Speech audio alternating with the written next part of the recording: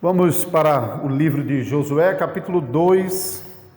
Vamos fazer a leitura de todo o capítulo 2. Em seguida, vamos orar pedindo a bênção do Senhor.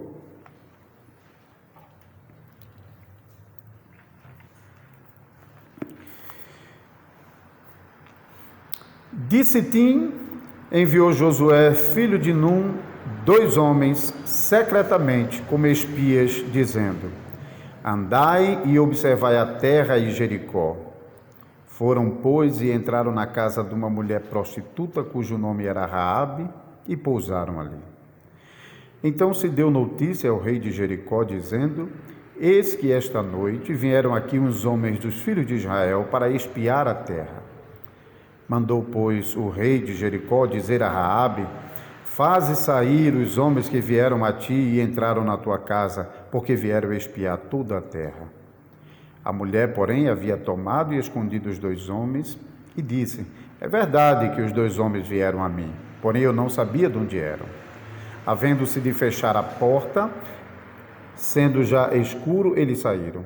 Não sei para onde foram, ide após eles depressa, porque os alcançareis. Ela, porém, os fizera subir ao eirado e os escondera entre as canas de linho que havia disposto em ordem no eirado.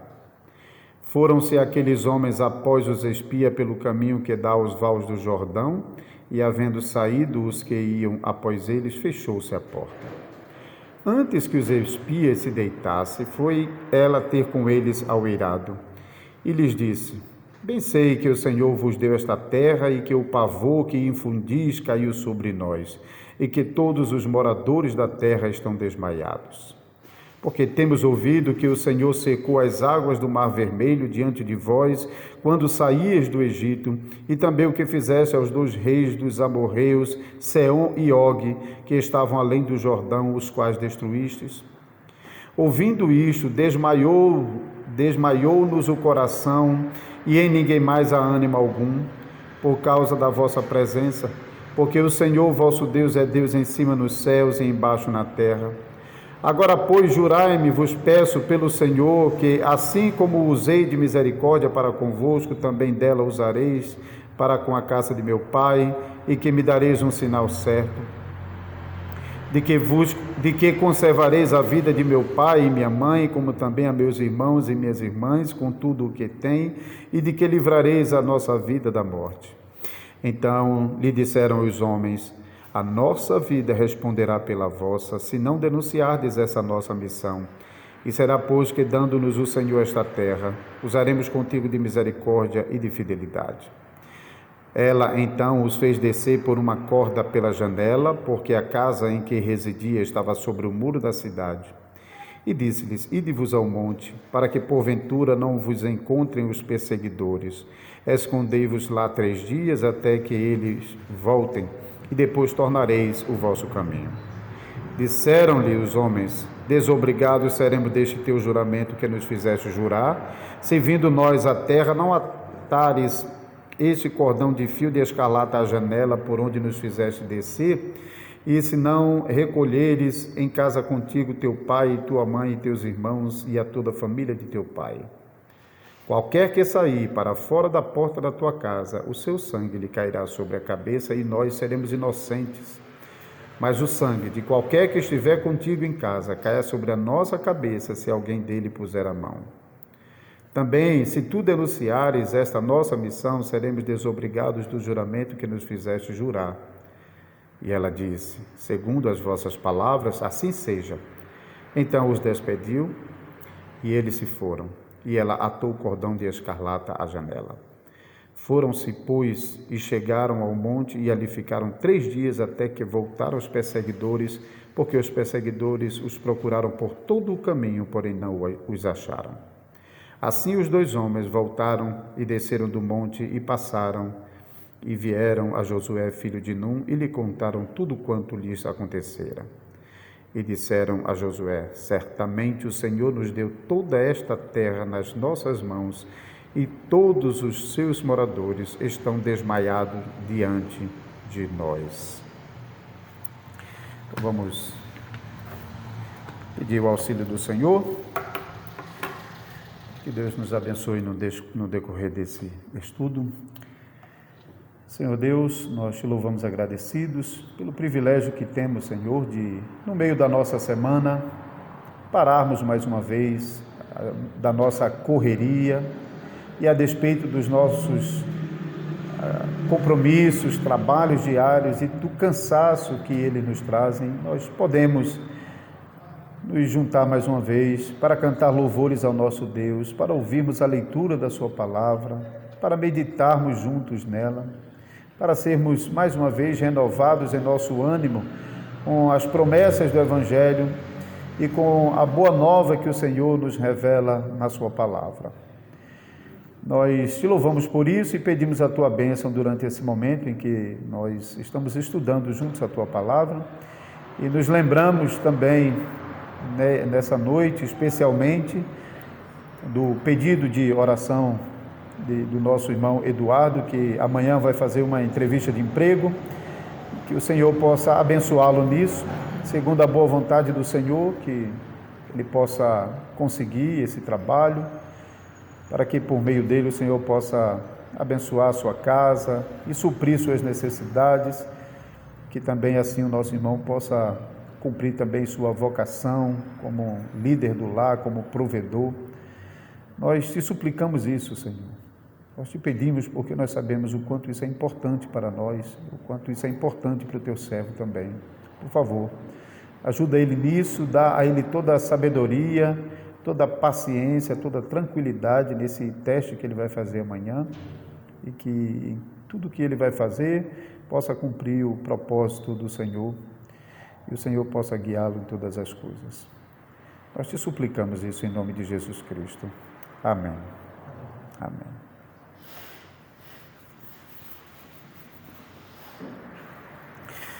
Então esse é já o terceiro estudo que nós estamos tendo no livro de Josué.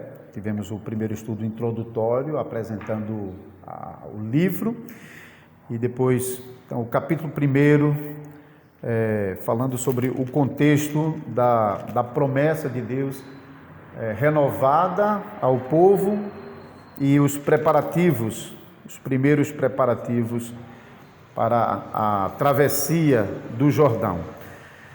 Agora nós estamos vendo Josué enviando os espias a Jericó. Geralmente, quando esse capítulo é tratado, há muita ênfase sobre os espias em si, hein? Há muita ênfase sobre o trabalho dos espias e a prostituta Raabe. Mas muitas vezes o centro mesmo desse capítulo 2 acaba ficando meio despercebido com tantas informações que são exploradas. Por exemplo, às vezes pessoas usam o capítulo 2 para falar da mentira de Raabe, às vezes, como até em alguns hinos evangélicos, o capítulo 2 é destacado por causa do fio de escarlata que devia ficar pendurado na janela da casa de Raabe. Mas o evangelho que de fato está brotando aqui do capítulo 2, às vezes acaba não aparecendo, e nós queremos concluir então a explicação desse capítulo 2, mostrando então como o evangelho brota desse capítulo 2. Olhando um pouquinho, já que nós estamos fazendo a leitura e a explicação das partes desse livro, observe os irmãos no capítulo 2, dos versículos 1 ao 7, está descrevendo então o envio dos espias até Jericó e as consequências disso, né? A entrada deles, a chegada deles na casa de Raabe, a confusão que isso está causando na cidade. Então tudo isso está sendo descrito até o versículo 7. O propósito de Josué com o envio dos discípulos, no versículo 1 nós já podemos ler: Josué enviou 2 homens secretamente como espias, então a própria palavra já está descrevendo que o propósito era realmente sondar a terra, e ele diz isso em seguida: andai, observai a terra de Jericó.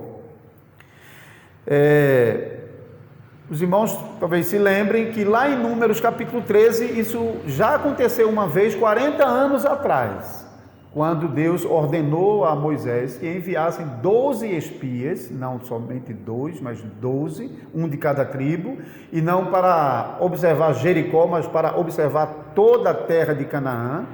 E esses espias, depois de um longo período, retornaram.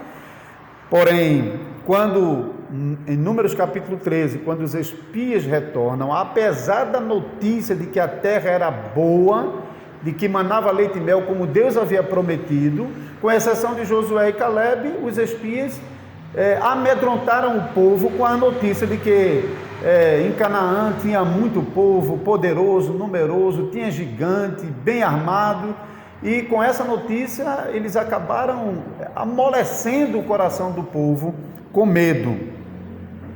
Então, alguns detalhes aqui chamam a atenção, porque Josué, ao mesmo tempo que como um líder que está guiando militarmente o povo, que vai liderar as batalhas, ele naturalmente envia esses espias, como era praxe. Quando você vai sondar uma terra, você envia esses espias. Isso, embora não há uma ordenança divina aqui, como aconteceu em Números capítulo 13, Josué está fazendo aquilo que era natural se fazer no caso da conquista de uma terra, era sondá-la.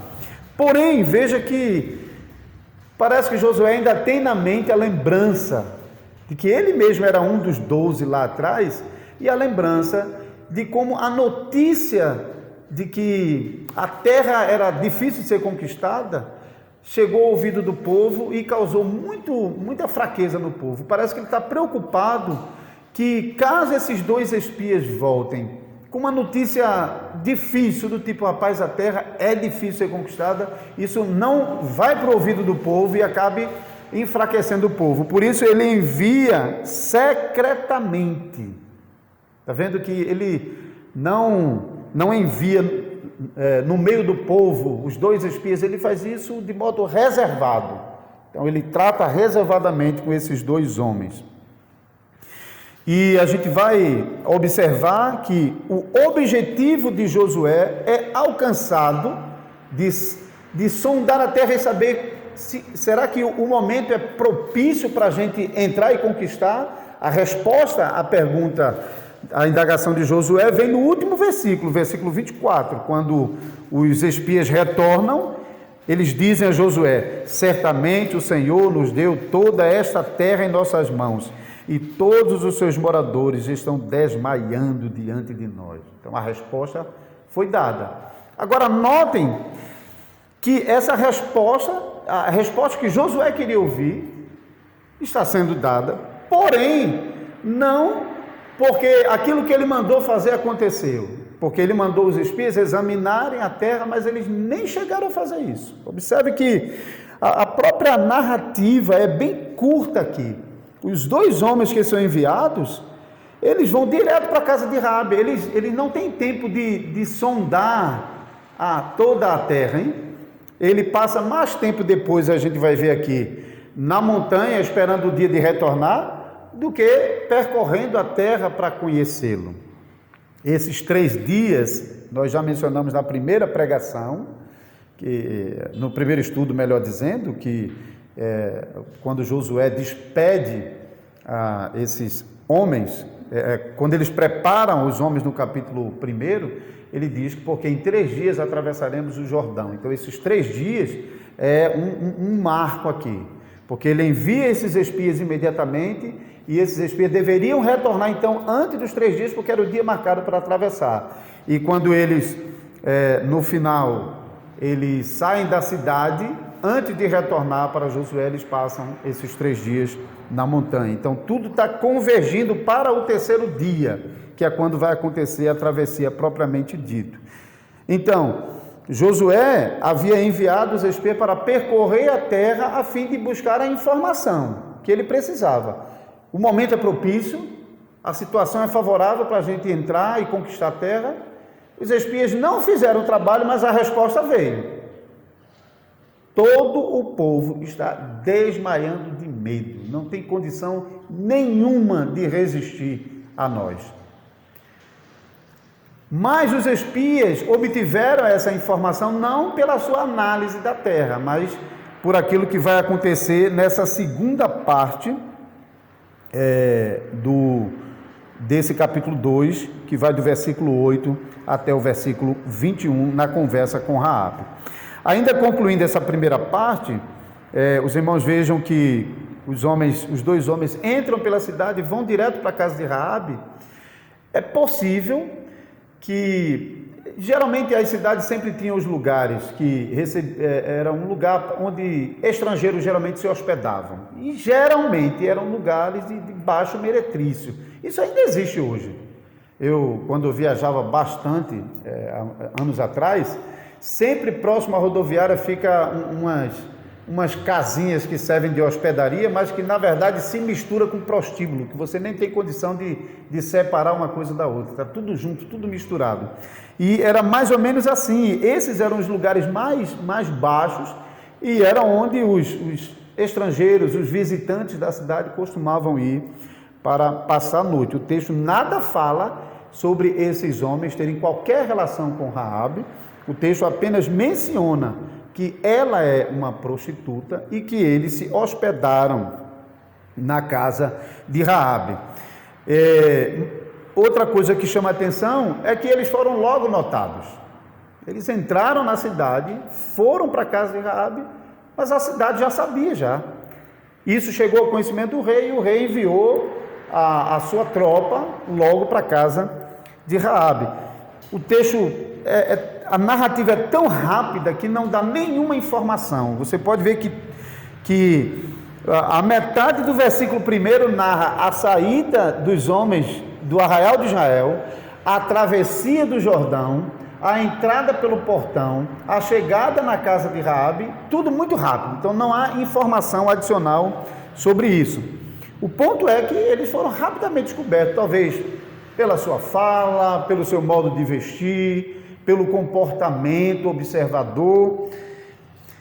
Porém, quando os guardas chegam à casa de Raabe, ela já tem tomado a providência de escondê-los, de modo que quando eles chegam, eles estão escondendo lá em cima, e ela consegue, por uma artimanha, despistá-los, porque eles poderiam não aceitar a justificação dela e entrar para verificar, mas ela diz, olha, de fato eles estiveram aqui, mas eles já saíram. Se vocês correrem atrás dele, vocês ainda alcançam. Ou seja, se vocês entrarem para procurar, vai perder tempo e ele vai fugir. Então ela realmente foi esperta em despistá-lo com isso.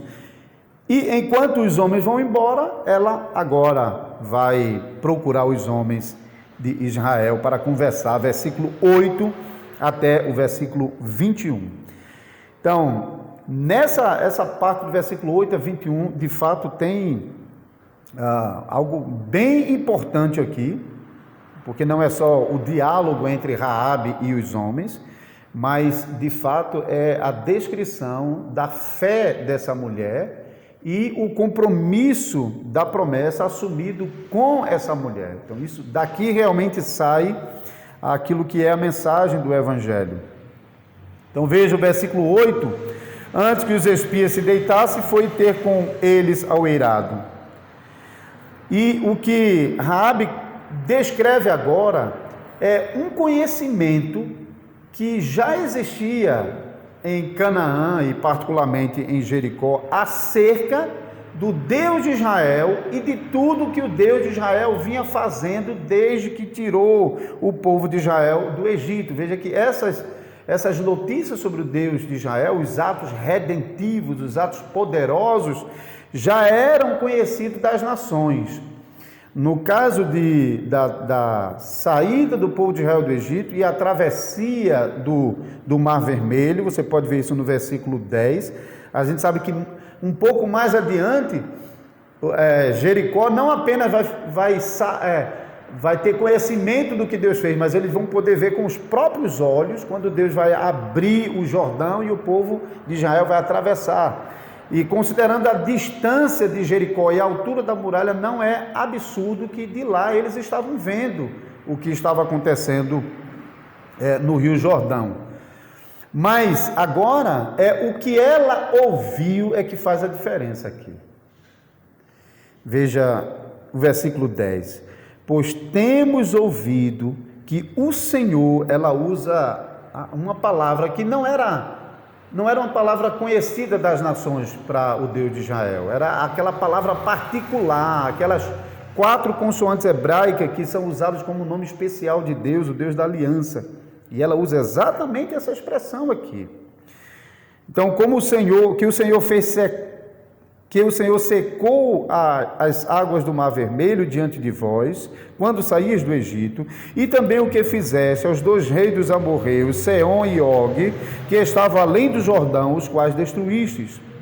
Ouvindo isto, desmaiou-se o coração, e em ninguém mais há ânimo algum, por causa da vossa presença, porque o Senhor, vosso Deus, é Deus em cima nos céus e embaixo na terra. Então vejam,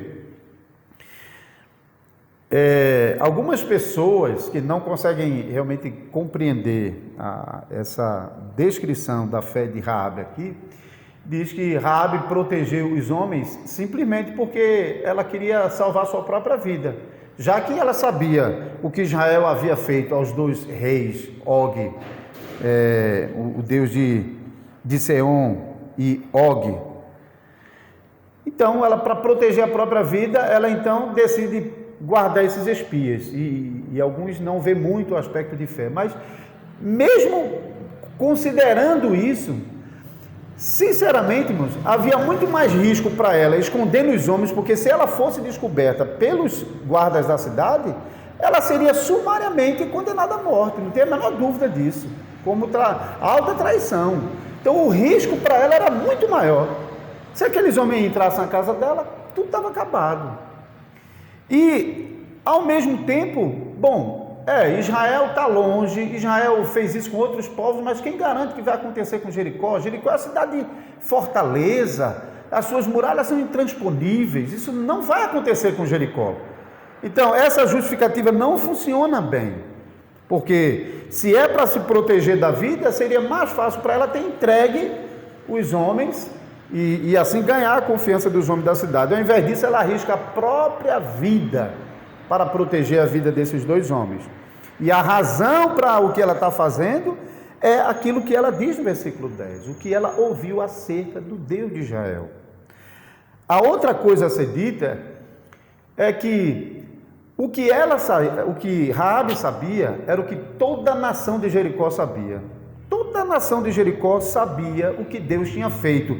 Por isso ela diz, no versículo 11, que ouvindo isso, desmaiou-se-nos o coração e em ninguém mais há ânimo algum por causa da vossa presença.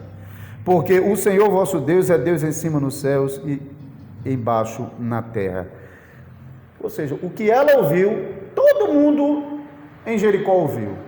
Mas veja que em ninguém mais essas palavras teve o efeito de fé que teve na vida de Raabe. Então, o ponto é que essas mesmas palavras que proclamavam os atos redentivos de Deus, que proclamavam a salvação de Israel, porque as próprias palavras dela testificam disso, ela declara, ela reconhece que Deus libertou Israel do Egito, esse Deus está destruindo as nações, esse Deus é com Israel e ninguém pode ficar de pé diante dele. O que é que o restante da nação fez com essa informação? Nada. Como Deus usa a palavra no coração do pecador. Essa distinção, esse duplo resultado para a pregação aparece em vários momentos na palavra de Deus. Pedro, em Pentecostes, quando o Espírito Santo caiu sobre a igreja reunida e começaram a falar em línguas, uma parte incrédula desprezou tudo aquilo e continuou com o coração endurecido, enquanto uma outra parte, Deus estava trabalhando no coração e esses procuraram saber mais de Pedro sobre aquilo que estava acontecendo. Então, a pregação sempre tem dois resultados, sempre salva, converte o coração e salva, e preserva corações endurecidos para a condenação. E isso está acontecendo também em Jericó. Enquanto que a nação continua endurecida em seus pecados, apesar de saberem a mesma coisa que Raabe sabia, a gente vê como essas coisas estão movendo o coração de Raabe para o Deus de Israel. Então, a razão por que Raabe está escondendo esses homens e até dizendo para esses homens uma mentira para despistá-los, tudo isso ele está fazendo por causa do Deus de Israel, por causa da salvação desse Deus de Israel. Então, a própria decisão de Raabe de agir dessa maneira é um testemunho em favor da sua fé. Eu vou voltar ao finalzinho para concluir essa parte, para falar especificamente sobre essa mentira de Raabe. Então, depois de ter descrito, então, o testemunho da sua fé, a confiança no Deus de Israel, Raabe agora chama os homens a um juramento, a uma aliança, que a sua fé no Deus de Israel não seja desprezada. No versículo 12, ela diz: agora, pois, jurai-me, vos peço, pelo Senhor, que assim como usei de misericórdia para convosco, também dela usareis para com a casa de meu pai, e que dareis um sinal certo, de que conservareis a vida de meu pai e a minha mãe, como também os meus irmãos e minhas irmãs, com tudo que têm, e que livrareis a nossa vida da morte. Então, ela apela para as promessas desse Deus da aliança, embora Raabe aqui não conhece muita coisa do Deus de Israel, nem muita coisa da lei do Deus de Israel, mas apesar disso, a gente pode ver como ela faz um apelo razoável, hein? Depois de demonstrar a fé no Deus de Israel, ela realmente pede misericórdia, ela clama por misericórdia ao Deus de Israel por meio desses espias, e eles então assumem um compromisso com ela, de que se for mantido esse acordo que está servindo como juramento, ou seja, de não denunciá-los e de, no dia em que eles virem para Jericó, todos permanecerem dentro da mesma casa, então era um compromisso que eles deveriam cumprir, protegendo ela, a Raabe e toda a sua família. Porém, se das duas coisas alguma falhasse, eles também ficariam desobrigados desse compromisso. E antes de ir embora, inclusive, ele dá um sinal, porque ela pediu um sinal, hein? Veja no versículo, cadê aqui? Versículo 13, não, versículo 12. Agora, pois, jurai-me, vos peço pelo Senhor, que assim como usei de misericórdia para convosco, também usarei para com a casa de meu pai, e que me dareis um sinal certo. Então, os homens empenham a sua palavra de compromisso, de que assim será feito com ela, e dá um sinal, que é aquele sinal que vai ser colocado na janela, que vai ajudar a identificar o lugar da casa dela. Às vezes tem sido colocado muita ênfase sobre esse sinal para logo fazer ligação com o sangue de Jesus, e às vezes você pega um caminho que não tem mais volta. Seguramente a ideia do sangue está presente aqui, porque ele mesmo fala, os espias falam que se alguém não cumprir, que o seu sangue caia sobre a sua cabeça.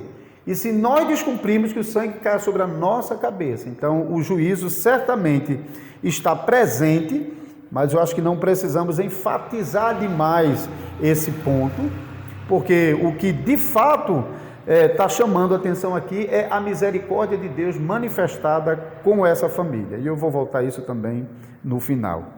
Então, esses homens, antes de descer e antes de ir embora, lembre-se que os portões da cidade já estavam fechados, versículo 5.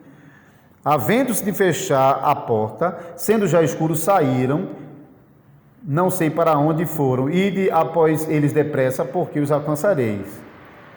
Versículo 7, foram-se aqueles homens após os espias pelo caminho que dá aos vales do Jordão, e havendo ele saído, os que iam após ele, fechou-se a porta. Então, a cidade já estava fechada, então esses homens, eles, depois de Raabe descer do seu telhado, onde eles ficaram escondidos lá debaixo das canas, ele desce pela muralha, porque o texto diz, a casa dela estava construída na muralha. Versículo 15, ela então os fez descer por uma corda pela janela, porque a casa em que residiam estava sobre os muros, o muro da cidade. E mais adiante, no versículo 22,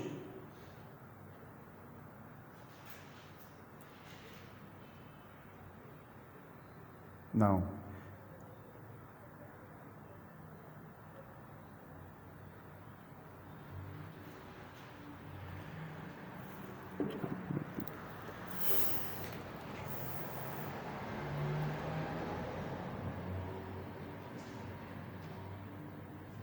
o versículo que eu li agora foi o 15, né? Certo, ok. Então, alguns historiadores tentando descrever a natureza da casa de Raabe, não tem muita informação. E de um lado parece que a casa ficava nivelada à parede da muralha, de tal forma que descendo da janela parece que já descia paralelo à muralha, mas outros falam que aqui tratava-se de muralhas. A cidade existia várias muralhas, como em forma de um labirinto, e que numa dessas muralhas então estava a casa de Raabe. O ponto é que de onde ela habitava, por meio de uma corda, permitia-se. Talvez para subir seria mais difícil, mas para descer isso acabava por contribuir. E assim os homens não passam na volta pelo portão, porque a essa altura toda a cidade já estava sabendo do ocorrido, já conheciam os espias e seria difícil dele passar despercebido. Então os homens descem pela escada, mas não voltam logo para Israel. Então a razão primeira é que os homens que estavam perseguindo os espias tinham ido pelo caminho do Val, do Jordão. Val são aquelas passagens mais baixas. E quando você está atravessando um rio, sempre tem um trecho do rio que o fluxo de água é mais raso e é mais fácil a travessia. São esses trechos que são chamados de vals. E na altura de Jericó tinha alguns trechos que facilitavam a passagem. Então eles não poderiam voltar por ali porque os perseguidores estavam nesse trecho. Então eles permanecem na montanha até o terceiro dia, e então somente no terceiro dia é que eles vão de volta para atravessar. Veja o versículo 22, foram-se, pois, e chegaram ao monte, ali ficaram 3 dias, até que voltaram os perseguidores, porque os perseguidores os procuraram por todo o caminho, porém não os acharam, e assim os 2 homens voltaram, desceram do monte, passaram, quer dizer, atravessaram o Jordão, e vieram a Josué, filho de Num, e lhe contaram tudo o que havia acontecido. Então, dessa conversa entre Raabe e os espias, nós podemos ver a atitude de Raabe de esconder os espias, de despistar os guardas, de chamar os espias a uma aliança de vida e o acordo assumido entre ambas as partes. Tudo isso ela faz com base na confiança que ela revela no versículo 10 e 11 no Deus de Israel. Se o que nós fizemos até agora foi como se a gente estivesse dentro da floresta e olhando todas as árvores, todos os detalhes, mas se a gente sair um pouco e olhar de fora, o que a gente percebe nesse capítulo 2 é que, embora Josué envia os espias para observar se a ocasião da travessia era oportuna, se estava favorável a eles, Deus está usando essa iniciativa de Josué para, de fato, realizar um grande ato redentivo, que é o anúncio da salvação de uma pecadora no meio de uma nação que já estava condenada à destruição. Veja que os primeiros versículos que descreve a ida desses homens para Jericó é resolvido com o último versículo. O que Josué queria saber? Como é que estava a cidade? Então eles souberam, a cidade estava desmaiando de medo. Estava fácil para Israel avançar e conquistar com a maior facilidade, porque o povo estava com os joelhos tremendos de medo por causa de tudo que Deus havia feito a Israel. Então, essa expectativa de Josué acerca da terra é resolvida no versículo 24. Mas, com a chegada desses homens lá e a conversa deles com Raabe, mostra que, apesar de a nação de Canaã, as nações de Canaã estarem condenadas à completa destruição, Deus havia escolhido uma família dentre todas para salvar. Então, daí a gente percebe o chamado, a promessa de que a salvação de Deus anunciada aos filhos de Israel não era exclusiva dos filhos de Israel. Deus já estava mais uma vez, assim como havia prometido a Abraão, que em Abraão seriam benditas todas as famílias da terra. Mais uma vez estamos aprendendo que já era o plano de Deus de que os gentios fossem incluídos na salvação que ele havia prometido a Israel. E a gente pode ver isso aqui em Raabe, embora o capítulo 2 não está narrando ainda a salvação da família de Raabe, mas aqui nós já estamos vendo a proclamação do evangelho chegando a Jericó, porque toda Jericó havia ouvido falar sobre os atos redentivos do Deus de Israel, e Raabe, ouvindo isso, o seu coração temeu a Deus. Então, e testemunha isso o livro de Hebreus, quando vai fazer referência ao acontecimento na vida de Raabe.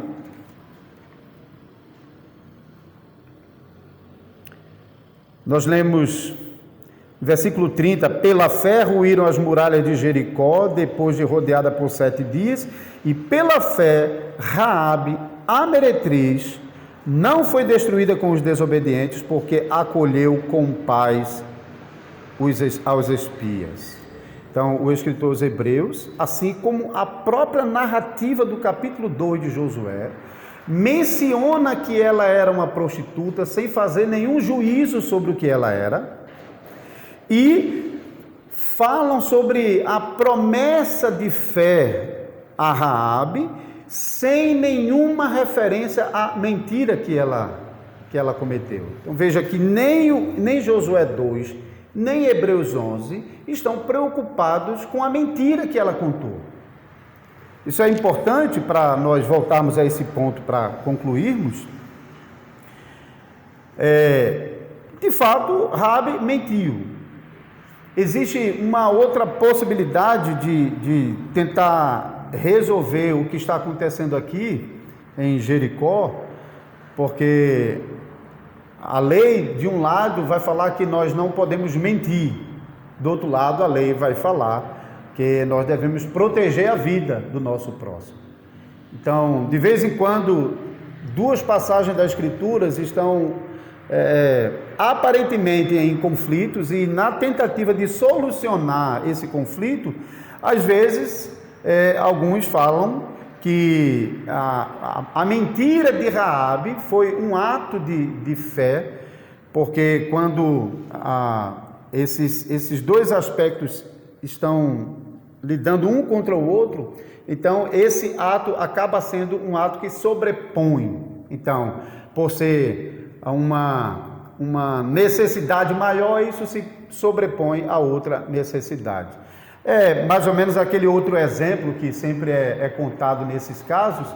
se você está na frente da sua casa e de repente alguém correu e se escondeu e veio alguém atrás com uma arma para matar aquela pessoa. Aí o dilema é, e aí? Se você disser que a pessoa está escondida ali, ele vai matar. Mas se você não disser, você está mentindo. Então, às vezes, isso é dito em termos de que não, aquele ato acaba sendo um ato correto e bom, não é considerado uma mentira, porque está protegendo a vida, e naquele caso a vida é a coisa mais importante. Então, um mandamento acaba engolindo o outro. Mas quando o Senhor Jesus fala sobre os mandamentos, de fato, às vezes ele fala sobre um mandamento acima do outro e um mandamento maior do que o outro. E até no domingo passado de manhã eu falei sobre essa ordem aqui na pregação de manhã. E de fato Jesus fala sobre o primeiro grande mandamento e o segundo, semelhante a ele. Mas quando Jesus fala sobre o primeiro e o segundo mandamento, ele diz, desses dois dependem toda a lei e o profeta. Não é que um, porque é maior que o outro, anula o outro. Não, dos dois dependem toda a lei e os profetas. E quando Jesus vai censurar os fariseus em Mateus 23, 23, que vocês dão o dízimo do entre, do cominho, da hortelã, mas nega a essência da lei, a justiça, o amor e a fé, ele diz, façam isso sem desprezar aquilo. Então, quando ele diz que um é mais importante do que o outro, ele não diz que então isso aqui pode colocar isso aqui de lado, não. E isso aqui devem realmente estar juntos. Então, quando nós olhamos para a mentira de Raabe, nós não precisamos tentar justificar a mentira dela para transformar a mentira dela em uma coisa justificável, correta, boa e necessária como parte do plano. Não precisamos. Veja que no começo, Josué tomou a iniciativa de enviar os espias para fazer uma coisa, espiar a terra. Eles nem chegaram a fazer isso. Mas Deus deu a resposta que Josué queria no final. O que eles ouviram de Raabe era que o povo estava amedrontado. Isso era tudo que Josué precisava saber. E a resposta veio. Mas Deus usou soberanamente o envio dos espias para ir diretamente para a casa de Raabe. Então, a despeito da mentira que Raabe contou, o que está contando aqui não é a mentira que ela contou. O que está contando aqui é o que ela ouviu e como ela creu no Deus de Israel. Então, a consequência da fé dela manifestada no ato de esconder os homens, tanto o escritor de Josué como o escritor dos Hebreus nem estão levando em conta o fato de que ela mentiu. Isso realmente fica de lado. Por quê? Porque não é pelas obras dela que ela é justificada. Não é se ela fez certo ou se ela fez errado. Como também não é o nosso caso. Nós não somos salvos com base no que a gente fez de certo ou no que a gente fez de errado. Muitas vezes, a despeito de nós cometermos pecado, errarmos, a despeito disso, nós alcançamos a graça da salvação, porque não depende do que a gente faz ou deixa de fazer. A salvação é obra graciosa de Deus. Então, quanto mais se aponta para a mentira de Raabe, para a atitude de Raabe, mais desconsidera aquilo que Deus está realizando naquele momento ali. Então, o que a gente tem que fazer é não focar demais em Raabe, mas focar principalmente naquilo que Deus está fazendo aqui. E ao olhar para as atitudes de Raabe, não ignorarmos que ela está cometendo um pecado, ela está mentindo, mas lembre-se mais uma vez, o que Raabe conhecia da lei? Quase nada não, eu diria nada. Ela não conhecia nada. Tudo aquilo que a lei revela sobre o que é certo e o que é errado, Raabe não conhecia. Ela ouviu as notícias do Deus de Israel. E ela creu no Deus de Israel com base nessas notícias dos atos redentivos. Raabe ainda haveria de aprender muito sobre o Deus de Israel, quando mais tarde ela fosse recebida dentro da nação de Israel e até chegando ao ponto de ser escolhida para ser uma das ancestrais do Salvador, do Messias. Então, em conclusão, não precisamos defender a mentira de Raabe como sendo uma coisa correta e de fazer qualquer manobra para isso, não. Podemos reconhecer, ela de fato mentiu. Mas não é isso que está sendo avaliado aqui como ato de fé. Ainda que, moralmente falando, foi uma mentira, a despeito da mentira, Deus usou de misericórdia para com ela, Deus usou a própria mentira de Raabe para proteger os homens e assim anunciou a sua graça salvadora sobre Raabe. Assim como o escritor dos Hebreus faz. Não menciona a mentira de Raabe, isso não é a coisa mais relevante. Quando eu preguei no capítulo 2, eu fiz a mesma coisa, eu só mencionei a mentira de Raabe porque está no texto, mas eu não fiquei muito tempo explicando isso, porque não é isso que o texto está fazendo. O texto realmente não está dando ênfase à sua fraqueza, mas o texto enfatiza a sua fé. Ela creu no Deus de Israel, e porque ela creu no Deus de Israel, ela então protegeu aqueles homens, confiando que o Deus de Israel ia destruir a nação pecadora de Jericó. Isso é o que todo pecador deve reconhecer quando a mensagem do Evangelho é pregada. O pecador que não se arrepender será destruído com o restante desse mundo pecador. Assim como Raabe, Deus ainda em nossos dias tem mostrado sua misericórdia por alcançar e salvar pecadores que era tão condenada e tão merecedora do inferno quanto Raabe, porque nós não éramos muito diferentes de Raabe e não somos muito diferentes, exceto pela graça de Deus sobre a nossa vida.